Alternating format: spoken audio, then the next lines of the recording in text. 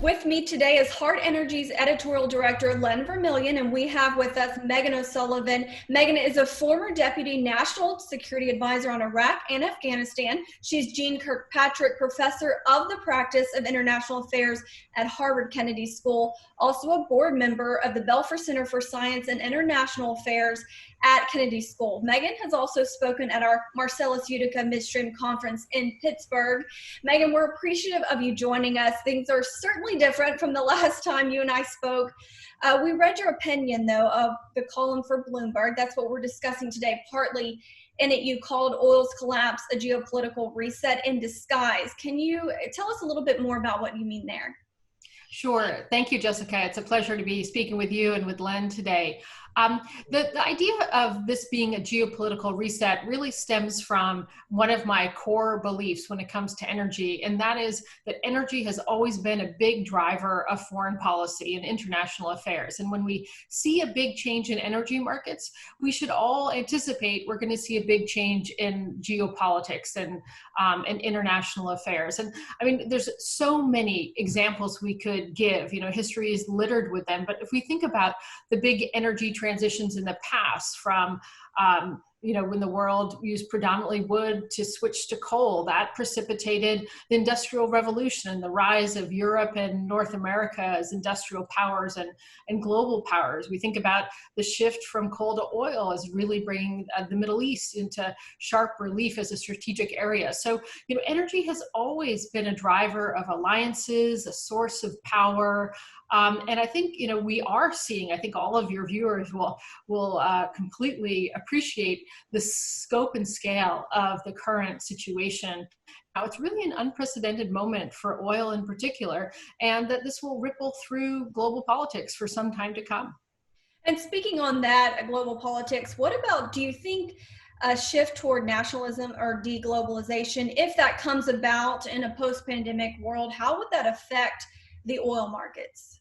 Yeah, great question, Jessica. And you're obviously more optimistic than I am, because for me, it's not a question of if nationalism is one of the big factors defining our post-COVID world, but really when, or we're already seeing that nationalism is really rising as a response to COVID-19. This is in the absence of really big efforts that we might expect for international cooperation to kind of come in and really dominate the global response. We've seen very little of that thus far. Actually, oil markets and the OPEC++ agreement was actually one of the rare exceptions. So we do see that nationalism, which had already been rearing its head before COVID, is being strengthened. And so, as you suggest, this will have major implications, I believe, for global energy markets. And to put it most succinctly, I think, we're going to see an acceleration of trends that were already in place. And these are trends to reshore manufacturing. There was an op-ed by the U.S. Trade Representative Robert Lighthizer in the New York Times just last week, where he was talking about how trade agreements have been bad for American workers and how now is the time for companies to realize that they've taken unnecessary risk by having their manufacturing capacity offshore. So we're going to see reshoring. I think we'll see a resurgence of protectionism in many domains. And as one of my friends and colleagues, Mohammed Al-Arian, has said, we're going to see in a global economy that had really prioritized efficiency start to prioritize resiliency. And with that comes, a decrease in choice and a decrease in quality, but also a regionalization or a nationalization. So that probably means something that looks like a trend towards de-globalization. It looks like it looks like a trend, towards more nationalization. And this, as we all know, is not going to be good for global growth. And a slow growing global economy is obviously a problem for global energy demand, particularly when we're in a situation where we're looking to make up a lot of energy demand quickly. So I think all of this, the nationalism trends really causes us to be cautious about how quickly oil demand is going to return. So Meghan, just to follow up on that, what about some of the countries that already were on the brink, like Venezuela? What if they, what's the effect that this will all have on them? And if they do have I don't know, stop being an oil producer or a major producer, what could that do to the market? So. Sure. Well, I think there's so many different countries that we could talk about that are experiencing different kinds of crises. I think there's a whole basket of producers that are really, really suffering already. You know, the Iraqs, the Nigerias, the Ecuadors, Angola, the countries, you know, that have been getting a huge proportion of their revenues from oil sales. You know, Venezuela, since you mentioned that one, is an interesting case because it was already, as you pointed out, a country on the verge of state failure, you know, before this COVID crisis. And its exports, it used to be one of the largest producers in OPEC, of course, but its exports have gone down so dramatically before the COVID crisis that the drop in oil prices we've seen, I think, isn't going to hurt it as much as we might think, just because it was exporting so little to begin with before the crisis.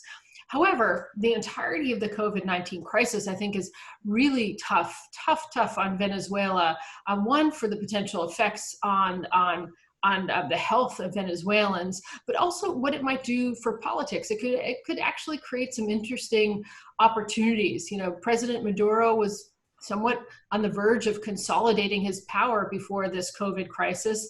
And now, if Venezuela has to deal with the economic difficulties that it already had and a health crisis, there might be a need to garner more international help. And that might require actually asking the international community to come in, and the international community might say, you've got to work with the opposition more. We have to have more of a political transition plan. So I think, again, it's hard to summarize how every big oil producer could be affected, but there are changes that are going to occur in many countries, and Venezuela quite possibly is one of them.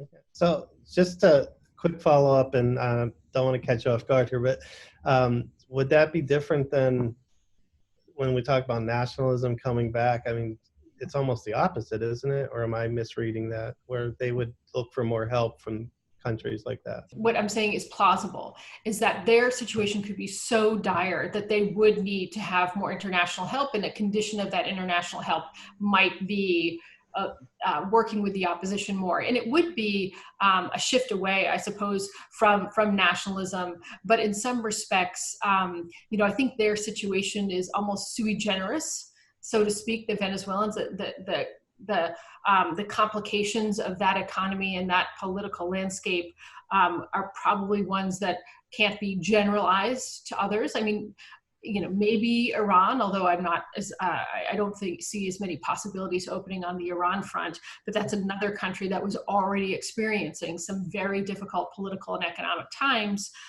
before the COVID crisis. And the COVID crisis has, you know, potentially moved things there. I would argue maybe in a worse direction rather than a better one, but certainly, you know, these are countries that were already pretty nationalistic to begin with, I'd say. Mm-hmm. Right. And you mentioned Iran, and that was one of the places I wanted to ask you about. In terms of, we hear from about the Middle East on Saudi Arabia, OPEC Plus, but Iran's always a kind of a road wild card in all this. Do you see them being more so now, or maybe less so? I'm not. Well, I think, you know, they definitely have less, as Arabs would say, wasta, meaning less influence in oil markets, because like Venezuela, their production, their export really was so low because of sanctions before the COVID crisis that, again, their budgets will be hit, but not dramatically, because they weren't getting a lot of oil revenues to begin with. Now, Iran has been playing a really important role in OPEC, kind of being a stick in the mud with OPEC negotiations in the past. I think they probably hold a lot less influence in those such negotiations, because they're really, you know, bringing very little to the table in terms of production cuts. They're virtually exporting, you know, just a couple 100,000 barrels of oil a day. So I think their influence in that respect has gone down. But in terms of being a wild card, it's a part of the world that, if we weren't so preoccupied with so many dimensions of the COVID crisis, I would say, you know, we would really be quite focused on the possibility for things going badly between Iran and the United States. I think, you know, Iran it's hard. We don't know that much about the inner workings of Iranian society as Americans, but the regime is under enormous strain. The combination of economic stress, the combination of the COVID crisis hitting it particularly hard, and it's hard to know exactly how the regime is going to react to that stress. Some people say this might be in a moment for regime collapse. I personally don't see that. I'm more likely to see that this is an opportunity for the harder elements of the regime to consolidate even more power, whether it's a Revolutionary Guard or otherwise. And this, I think, raises the potential of things going badly between the U.S. and Iran in a very, very tense relationship. So again, it's a hotspot that would be getting more attention if the world weren't so turned upside down by the COVID crisis in any respect.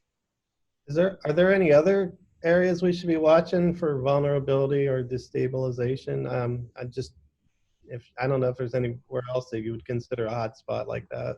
Sure. I mean, I think, as I mentioned, countries are having there's a different nature to each country's crises. As a former American policymaker, a few of the countries that really would be attracting my attention if I were still in government, Iraq. Iraq clearly is a country that is significant to the United States. It's an important partner. It was very important in quelling ISIS, and still has the challenge of an ISIS that's looking to be resurgent. It's a country that was having a political crisis and a security crisis even before this COVID, an economic crisis. So I think Iraq has a very difficult road ahead. We've already seen that. It just got a new government a week or two ago. So I think Iraq is definitely a country to watch. Nigeria, I would be watching as a very significant economy in Africa that has security challenges that could be exacerbated by the economic challenges the country is facing. Mexico is another country, I think, that deserves the attention of Americans in particular right now. It's in much better shape than these other countries we've talked about. It's hedged its oil production, has stronger institutions, but it has a lot. It was in a situation of fiscal constraint or austerity before the COVID crisis and before declines in oil revenues. And so the Mexicans are going to have to look at cutting their budget and could well decide that security is one area where things will be cut. And that will have implications for things at the US border, which used to be a big topic of conversation for Americans, and overall security considerations. So, I mean, there's a long list of countries we should be worried about, and I highlight those three just as ones that have significant implications for US interests, but that's not at all comprehensive. And Meghan, getting back to the United States, what do you think is our vulnerability going forward? What will be needed or not needed from a policy standpoint, whether it be federally or locally? Sure. Well, Jessica, as you and your viewers, I know, are very well aware, there's an active debate going on about what kind of assistance, if any, the U.S. government should be providing to oil producers, which are currently struggling in this very low price environment and this kind of unprecedented demand drop. I think the debate is pretty clear, the dividing lines where you have the smaller producers really intent on getting some kind of support, and the larger producers saying, no, we don't want the political baggage that comes with getting additional support, and we think we can weather the storm. My feeling is, I mean, what we have seen already happen is the U.S. government, the Federal Reserve in particular, did try to create some space for very small producers to benefit from programs that were not exclusively for oil producers, and I think that probably has been marginally helpful to some producers. But I'm not that optimistic that we're going to see a lot of relief targeted specifically to oil producing companies. This has a lot to do with the politics in Washington. And I think you only have to look at the fact that Congress did not provide any funding in the scope of trillions of dollars of funding, did not provide any dollar amount to President Trump in his request to try to buy oil at a low oil price to restock the strategic petroleum reserve. I think we're seeing what existed before COVID, and I think is going to continue to exist, a real discomfort with supporting the oil industry, even though we all know how critical it is for so many economies around around the country, state economies and our federal economy. So I think this debate is going to continue. I wouldn't expect a lot of federal support for the reason I just laid out, but I'm someone who, you know, in all these conversations, I'm pretty optimistic about the oil industry in the United States as a whole. In the sense, I think it is going to change. I think we're going to see consolidation, but I am pretty confident that much of the production that we're seeing come offline will eventually come back over time, and that the United States will continue to be a very, very important producer in the global economy. Maybe not exactly at the levels it is today, but I was never one that was particularly excited about net exporter status. To me, that was a statistic. Maybe we won't actually be able to claim that explicitly, but I think we're still going to be an energy superpower by almost any metric. And Meghan, what do you see if the administration does change in November? Yeah, well, I mean, I think that's another big wild card here. Obviously, a Biden administration would have a very different approach towards the energy industry as a whole. But I think, you know, the exact nature of the policies would depend in large part on what happens in Congress. You know, if the Senate or the House, if one or both of them have Democrat majorities or Republican, that won't matter a lot in terms of what a Biden administration can get done. I mean, I think in a unlikely, you know, scenario, if you did have Democrats controlling both houses of Congress, President Biden would be under enormous pressure to enact something extremely ambitious, like the Green New Deal, that type of thing. But I think absent that, the former vice president's website is pretty explicit about the kinds of things that he'd like to adopt. So I think we would get more support for an energy transition, more support for clean energy. I think we'd see an actual goal be set of, you know, the United States reaching carbon neutral status by 2050, something like that. There'd be a lot more regulation on oil production, those types of things. But I don't see something as extreme as we've heard other candidates talk about, banning fracking, anything along those lines. I think there's pretty strong awareness among people, particularly after they get elected, you know, how critical this industry is for our economy, and how something as extreme as banning fracking would have major economic and geopolitical consequences for the United States. So, you know, I'll end this question just on a more positive note. I do think that of the things that have changed and the opportunities that have arisen from this moment, from this very deep, deep crisis that we're all in together, is that there is a possibility or an opportunity for a different kind of conversation about energy and about the environment and about an energy transition, one where, you know, people don't have to associate themselves with the oil and gas camp, the fossil fuel camp, or the environmental camp. Like, this should be a national conversation about how we manage vulnerabilities in our own country and how we ensure a safe, affordable, and reliable energy supply that is so critical to our well-being over the course of the coming years. So in that a way that meets the needs and protects the vulnerable regardless of where they are. So I think there is that opportunity, and we can hope that there'd be a political configuration of some kind that emerged in the beginning of 2021 that would allow for that. Well, Meghan, we really appreciate your insight, and that leading to another conversation. You know, you never know what conversations could come from this, so you're right on that point too. So I think I can speak for Lynn and myself and Hart Energy. We really appreciate the time you've taken today. Well, it's been a pleasure being with you both, and I wish you well.